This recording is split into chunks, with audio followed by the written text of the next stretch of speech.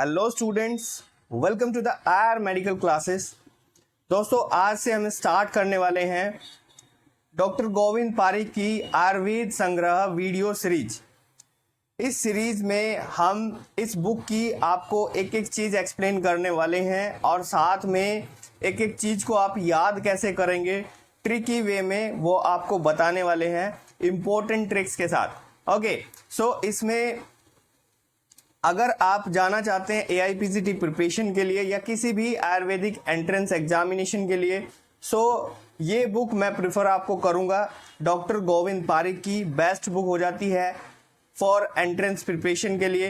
Okay, सो अगर मैं इस बुक की बात करूं, ये बुक हमने इसीलिए चूज़ की है क्योंकि ये बेस्ट बुक है। बहुत सारे लोगों को आपने देखा होगा इस बुक को पढ़ाते हुए, ठीक है। कुछ लोगों की पेड क्लासेस भी होती हैं, वो भी इस बुक के बेस पर होती हैं।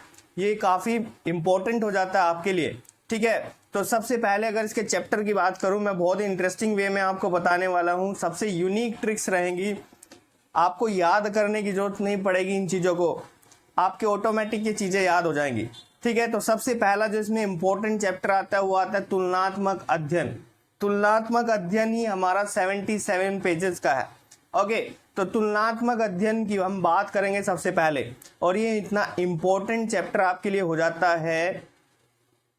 इससे आप करीब अपनी प्रिपरेशन का 50% आप गेन कर सकते हैं, यानी ये आपके लिए बहुत ज़्यादा इम्पोर्टेंट है। ओके, तो चलिए इन्हीं की बात करेंगे हम, ठीक है। तो मैं बता देता हूँ आपको, मैं निमोनिक्स भी दूंगा, ट्रिक्स भी दूंगा, एक एक चीज़ आपको दूंगा। और इस बुक की अगर मैं बात करूँ तो ये एक कंप्लीट सॉल्यूशन है आपके सारे एंट्रेंस एग्जामिनेशन का। ओके, सो अभी हम डेली रेगुलर क्लासेस होंगी, जैसा रिस्पॉन्स होगा उसके बेस पर इसकी क्लासेस रहेंगी, ठीक है। 2 से 3 टीचर आपकी क्लासेस लेंगे, ठीक है। और इसका रात में 7 या 8 बजे एक इसी का ही एक क्विज सेशन रहेगा, ठीक है, जिसमें हम जो पढ़ेंगे उसी की क्विज हम रात में देखने वाले हैं। ओके, तो रात में उसी की क्विज पढ़ेंगे तो उससे क्या होगा, आपका डबल रिवीजन हो जाएगा, ठीक है, और बहुत अच्छे से आपकी प्रिपरेशन होगी। तो आप जैसे कि स्क्रीन पे देख भी पा रहे हैं, यहाँ पे सारे सब्जेक्ट्स यहाँ पे मेंशन है, चाहे वो मॉडर्न के सब्जेक्ट हो, फर्स्ट ईयर से लेके लास्ट ईयर तक पूरा सिलेबस यहाँ पे मेंशन है। इस बुक में पूरा सिलेबस कवर हो जाता है, चाहे वो द्रव्य गुण हो या फार्माको हो, एना हो, फिजो हो, यहाँ पे भेषज रत्नावली और पदार्थ विज्ञान, आपकी चरक सुश्रुत भी इसमें आ जाती है, टू जेड तंत्र, स्त्री प्रसूति, गायनी ऑफ, सारी चीज़ें, ठीक है। तो सारी चीज़ें इसमें कवर हो जाती हैं। और भी इसका है इंडेक्स, मैंने पूरा यहाँ पे मेंशन नहीं किया है, धीरे धीरे हम जो चीज़ पढ़ेंगे मैं उसका इंडेक्स आपको मेंशन करता रहूँगा यहाँ पे। तो आज के इस लेक्चर में हम पढ़ने वाले हैं तुलनात्मक अध्ययन। तो तुलनात्मक अध्ययन की बात करूँगा, ये बस डेमो क्लास है, मैं इसको ज़्यादा लंबा नहीं ले जाने वाला हूँ। बट अगर आपका रिस्पॉन्स अच्छा रहता है, तो मैं इन लेक्चर्स को, क्योंकि ये फ्री लेक्चर्स है, मैं इन लेक्चर्स को आगे बनाऊंगा, अदरवाइज नहीं आपके लिए बनाऊंगा। तो रिस्पॉन्स के ऊपर डिपेंड करता है। तो वीडियो को लाइक तो बनता है और कमेंट नीचे करेंगे कि हाँ सर हमें चाहिए ये लेक्चर्स, ठीक है, तो मैं आपके लिए बनाऊंगा। ओके, क्योंकि फिर मैं आपके लिए मेहनत नहीं करने वाला हूँ, क्योंकि अगर मैं इन्हीं चीज़ों को पेड लेके जाता हूँ तो मैं काफ़ी अच्छे वहाँ से रेवेन्यू जनरेट कर सकता हूँ। बट फ्री मैं लेकर के आया हूँ आपके लिए, और अगर आप रिस्पेक्ट नहीं देंगे, इज्जत नहीं करेंगे, तो फिर मेरा यहाँ पे कोई मतलब नहीं होता इन चीज़ों को करने का, ठीक है। तो यहाँ पे देखिए, तुलनात्मक अध्ययन सबसे पहला यहाँ पे चैप्टर हो जाता है हमारा। तो तुलनात्मक अध्ययन में सबसे पहले आप क्या देख रहे हैं, सबसे पहले देख रहे हैं त्रिसूत्र। यहाँ पे लिखा हुआ है त्रिसूत्र। तो यहाँ पे वैसे तो जितनी भी चीजें लिखी हुई है सब त्रि है, त्रि से मतलब होता है 3 तो 3 का ग्रुप यहाँ पे लिखा हुआ है। तो देखिए सबसे पहले लिखा है त्रिसूत्र। ओके, तो त्रिसूत्र क्या है, ठीक। सपोज कीजिए सूत्र का मतलब होता है धागा, तो एक धागे में 3 चीजों को पिरोया गया है, ठीक है, ऐसे सीक्वेंस वाइज, ठीक। तो सपोज कीजिए यहाँ पे क्या है, ये धागा है और धागे में 3 चीजें पिरोनी है। तो सबसे पहले हेतु आता है, हेतु, ठीक। तो कोई भी अगर पेशेंट है तो हेतु का मतलब होता है कारण, हेतु का मतलब होता है कारण। मान लीजिए उस पेशेंट को कोई रोग हुआ है तो सबसे पहले है कि कोई ना कोई कॉज होगा, उसका कारण होगा, उस वजह से वो हुआ है। उसके बाद क्या होगा, आप उसके लक्षण देखेंगे। लिंग का मतलब होता है लक्षण, तो लक्षण देखेंगे, सिम्टम साइंस देखेंगे, ठीक है कि हाँ, और उससे आप एग्जामाइन करेंगे कि ये रोग है। उसके बाद आप एक और यहाँ पे चीज देखते हैं, वो एक और चीज आप रिकमेंड करते हैं, वो है औषध, ठीक है। तो इस तरह से है त्रिसूत्र, यानी हेतु, लिंग यानी लक्षण, और औषध यानी मेडिसिन। तो ऐसे आप देते हैं, याद होगा ये आपके। तो त्रिसूत्र क्या हो गया, हेतु यानी कि कारण, उसके बाद हो जाता है लिंग यानी लक्षण, और औषध यानी मेडिसिन। तो ऐसे देते हैं। तो इसको बस कुछ भी नहीं कर रहा है, आपको ये याद होगा, सूत्र यानी धागा है, धागे में 3 चीजें पिरोई गई हैं। सबसे पहला उसका रीजन होता है, देन उसके लक्षण होते हैं, उसके बाद ही आप उसको ट्रीटमेंट देते हैं। ओके, आप डॉक्टर हैं, ये चीजें आप समझ गए, क्योंकि आप बीएमएस कर चुके हैं या आप बीएमएस कर रहे हैं, तो आप डॉक्टर हैं और ये चीज आप समझते हैं। नेक्स्ट चलता हूं मैं। नेक्स्ट इसमें क्या है, एक और होता है त्रिस्कंद। यहीं पे याद कर लेंगे तो ज्यादा बेटर होगा। तो त्रिसूत्र के साथ त्रिस्कंद होता है, त्रिस्कंद, ठीक है। तो स्कंद से क्या मतलब होता है, स्कंद होता है जो एक, सपोज कीजिए एक पेड़ है, पेड़ की एक मेन ब्रांच है, उसके ऊपर पूरा पेड़ टिका हुआ है पूरा पेड़। तो ऐसे ही क्या होता है, आयुर्वेद में स्कंद कहा गया, यानी एक इस तरह की एक ब्रांच है जिसके ऊपर, या इस तरह की कुछ चीजें हैं जिनके ऊपर पूरा आयुर्वेद डिपेंड है, ठीक है, या पूरा ट्रीटमेंट डिपेंड है। जैसे हेतु है, 3 चीजें ऐसी बताई है, तो हेतु है, लिंग है, औषध है, इनकी बात हमने कर ली। यानी कोज होगा, किसी का भी कारण होगा, किसी रोग का कारण होगा, उसके लक्षण होंगे और उसका ट्रीटमेंट होगा। तो इन तीनों के ऊपर ही पूरा यहाँ पे आयुर्वेद टिका हुआ है, ठीक है। तो इसीलिए इसको स्कंद कहा गया है। स्कंद का मतलब ही होता है मेन जो शाखा होती है जिसपे पूरा भार पड़ा हुआ होता है, ठीक है। अगर मैं बात करूं ह्यूमंस में, तो ह्यूमंस में इसका कंधे को इससे स्कंद कहते हैं। तो कंधे को कहते हैं स्कंद, यानी हमारा जो शोल्डर होता है, तो शोल्डर के ऊपर हमारा वेट डिपेंड करता है, हमारा जो भार होता है वो डिपेंड करता है। कहते हैं ना कि कंधा अगर मजबूत है तो आदमी भी समझो मजबूत है। ओके, तो इतनी चीज आप समझ में आ रही है। 2 चीजें आपकी कवर हो गई है, 2 चीजें कवर हो गई हैं, त्रिसूत्र और त्रिस्कंद, ठीक है। अगर वहां पे पूछा जाता है कि त्रिसूत्र क्या है, तो आप वहां पे मेंशन करेंगे हेतुलिंग औषध। त्रिस्कंद पूछा जाता है, मेंशन करेंगे हेतुलिंग औषध, ठीक है। इतनी चीज समझ में आ गई है। आगे बढ़ते हैं। आगे होता है त्रिदंड, आगे आता है आपका त्रिदंड, ठीक है। आगे और चीजों की भी बात करूंगा मैं, बस आपको इंटरेस्ट आना चाहिए चीजों में। इंटरेस्ट आ रहा है तो मेरा काम हो रहा है। त्रिदंड, त्रि से मतलब 3, इतनी चीज समझ में आती है। दंड से क्या मतलब होता है, दंड क्या होता है, पनिशमेंट होता है, पनिशमेंट। तो 3 चीजें हैं जिनको पनिश किया जा सकता है हमें मतलब आप समझते हैं इस चीज को। तो 3 चीजें जिनको पनिश किया जा सकता है। एक होता है सत्व, सत्व से क्या मतलब है, मन, तो मन को पीड़ा पहुंचाई जा सकती है। दूसरा होता है आत्मा, ठीक, आत्मा को पीड़ा। और तीसरा होता है शरीर, शरीर जो हमारी बॉडी होती है, ठीक है। तो 3 चीजें हैं जिनको पनिशमेंट दी जा सकती है, जिनको पनिश किया जा सकता है, ठीक है। तो त्रिदंड कहा गया। ओके, इतनी चीज समझ में आती है, ठीक है। तो इन्हीं के ऊपर हम जो है डिपेंड भी करते हैं। ओके, आगे बढ़ जाते हैं हम। आगे आता है त्रिस्थूण, त्रिस्थूण आता है और त्रिस्तंभ आता है, ठीक है। त्रिस्थूण और त्रिस्तंभ आता है। तो त्रिस्थूण क्या होता है और त्रिस्तंभ क्या होता है, दोनों एक ही टर्मोलॉजी है, सेम टर्मोलॉजी है। और त्रिस्थूण से मतलब होता है खंबा, और स्तंभ से भी मतलब होता है खंबा। तो दोनों चीजें सेम हो जाती हैं, ठीक है। और ये क्या होती हैं, तो वात, पित्त, कफ, इतनी चीज होती है। बिल्कुल सिंपल हो गया, यानी त्रिस्थूण हो गया, त्रिस्तंभ हो गया, दोनों चीजें क्या है, सेम है। तो वात, पित्त और कफ। ओके, इतनी चीज हो जाती है। नेक्स्ट चलते हैं हम त्रिय उपस्तंभ, ठीक। अब स्तंभ क्या हो गया, खंबा हो गया। सपोज कीजिए घर है, वो कुछ खंभों पे क्या होता है कि खड़ा होता है। अगर खंबे नहीं है यानी क्या है, कुछ पिलर्स है। अगर पिलर्स नहीं है तो वो घर गिर जाएगा, सीधी सी बात है, वो घर गिर जाएगा। तो वो क्या हो गए, वो मेन पिलर्स हो गए।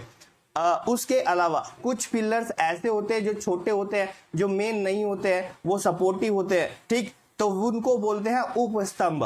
वो सपोर्टिव है, वो सपोर्टिव पिलर्स बनाए गए हैं, तो वो उनका भी अपना एक इंपॉर्टेंस होता है, ये चीज आप समझते हैं, ठीक है। तो जो भी चीज हमारी है उसका एक अलग इंपॉर्टेंस हो जाता है, जैसे मेन पिलर्स का अपना एक इंपॉर्टेंस होता है, ऐसे ही जो सपोर्टिव पिलर्स होते हैं उनका भी एक अपना इंपॉर्टेंस होता है। तो यहाँ पे हमने मेन पिलर्स की बात करी, नित्य स्तंभ की बात करी, तो वात पित्त कफ हो गए, 3 चीजें हो गए।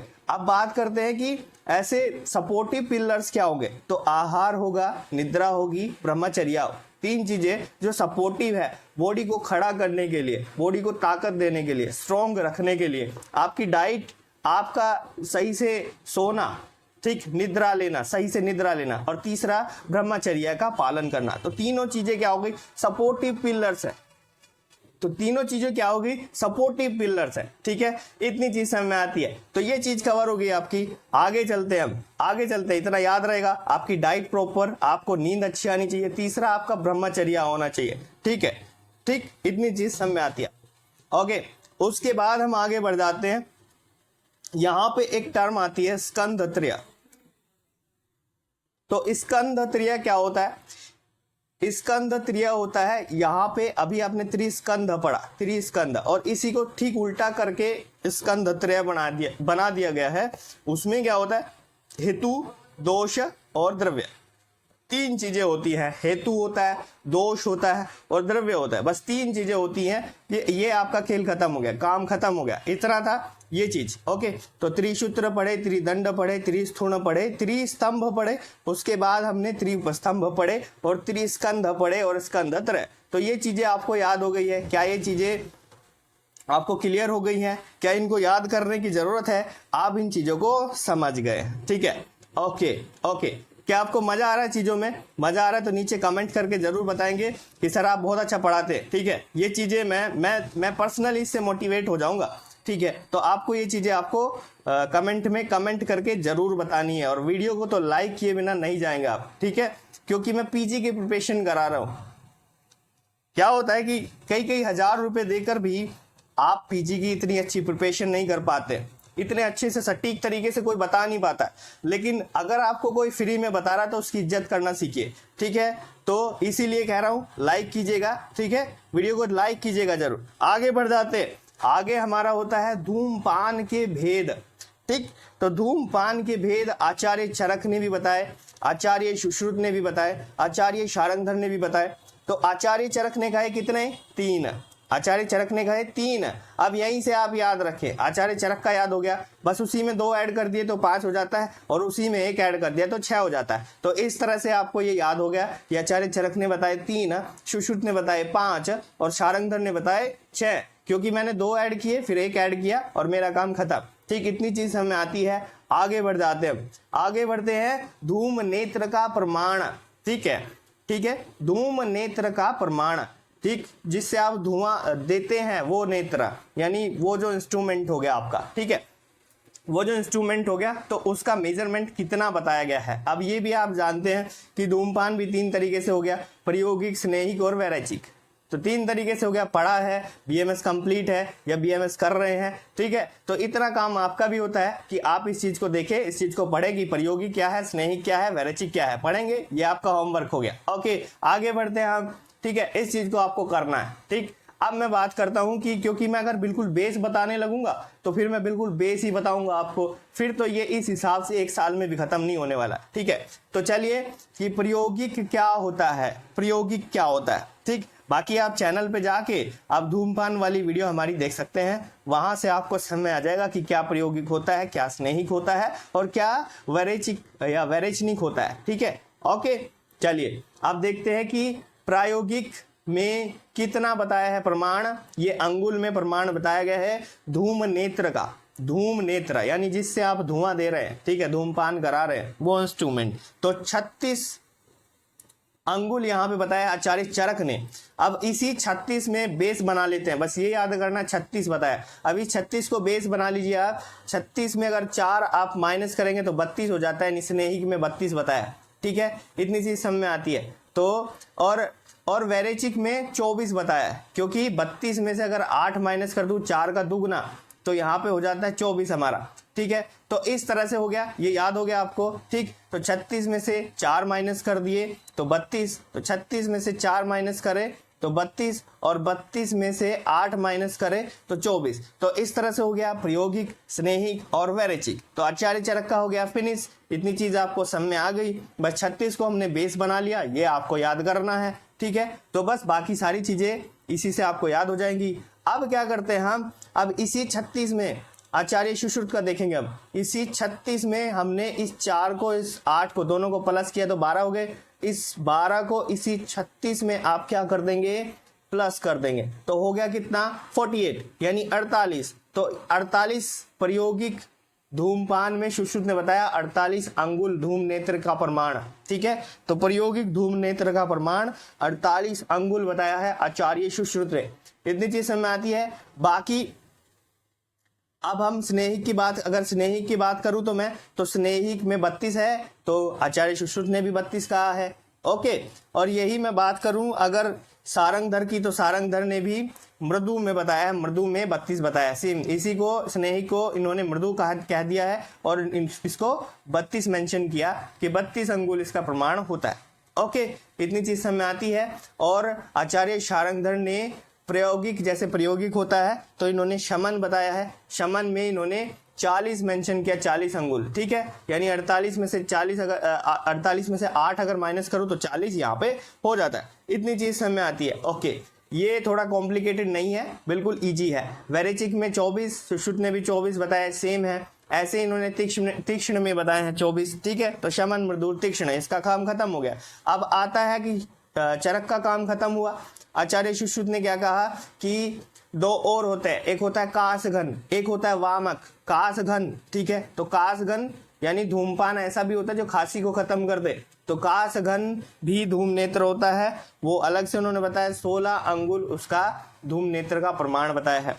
ऐसे ही कासघन सारंगधर ने बताया 16 अंगुल, ठीक है। वामक बताया, वामक बताया 16 अंगुल होता है, सेम बताया है। तो सुश्रुत का काम खत्म।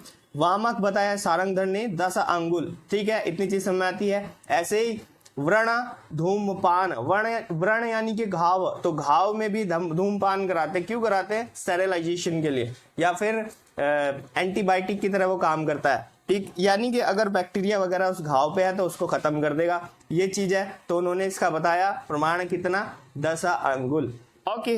इतनी चीज समझ में आती है। आगे बढ़ते हैं हम, ठीक है। ये इतना कॉम्प्लिकेटेड नहीं है, एक बार खुद से आप समझेंगे, बहुत ज्यादा इजी है, ठीक है। कुछ भी करने की जरूरत नहीं। एक चीज होती है कि एक आदमी बहुत हार्ड वर्क कर रहा है, फिर भी उसका नंबर नहीं आ रहा है, और एक आदमी है जो बहुत स्मार्ट वर्क कर रहा है तो उसका नंबर आ जा रहा है, ठीक है। तो इसका मतलब है कि आपको स्मार्ट वर्क करना चाहिए, ठीक है। तो स्मार्ट वर्क करेंगे और हार्ड वर्क के साथ स्मार्ट वर्क करेंगे, ठीक है, तो आपके सक्सेस होने के चांसेस बहुत ज्यादा है, ठीक है। बस मैं इतना ही चाहता हूं कि आप स्मार्ट वर्क करें और हार्ड वर्क के साथ करें, ठीक है। जिस जोश के साथ आप यहाँ पे पढ़ रहे हैं, इसी जोश के साथ लेक्चर ओवर होने के बाद एक बार इसको पूरे को रिवाइज करेंगे, ठीक है, और फिर इतना काम हो जाएगा, ठीक है। इतने में काम बन जाएगा, फिर आप उसको भूलेंगे नहीं कभी भी, ठीक है। सुबह उठ के बस एक बार एक पन्ना पलटना है आपको और रिवाइज करना है। मैं रिकमेंड करूंगा कि ये बुक आप परचेज करें, ये बुक आप परचेज कर लें, बहुत ही यूनिक बुक है, ठीक है।